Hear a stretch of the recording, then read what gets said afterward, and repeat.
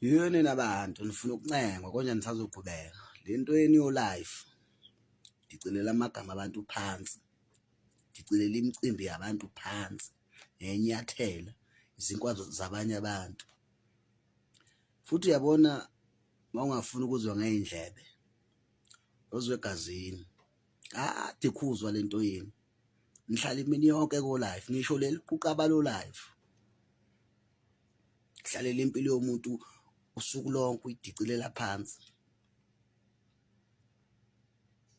Phela lokho akekho umuntu ubengazi ukuthi kuzokwenzeka lento eyenzakalayo. Lento yokubulawa kwabantu, ukudutshulwa kwabantu, akekho umuntu ubengaboni la ku TikTok. Musane kulokhu enifuna lokhu sikhalela into engekho bali kade nikhuzwa.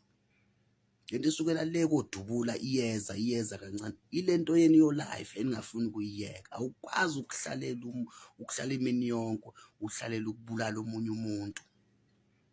Into oyikhuluma ngomlomo kukuthakatha. Ngibulala imicimbi yabanye abantu.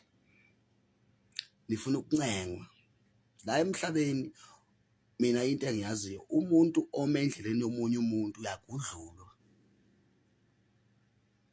Ngicilela abaculi, ngicilela imicimbi yabantu phansi, ngicilela izinyanga.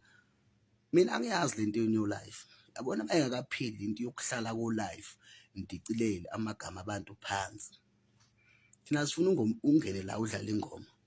Thiwa sibulalelana ingoma, hayi ukuthi siyodicelela amagama abantu phansi.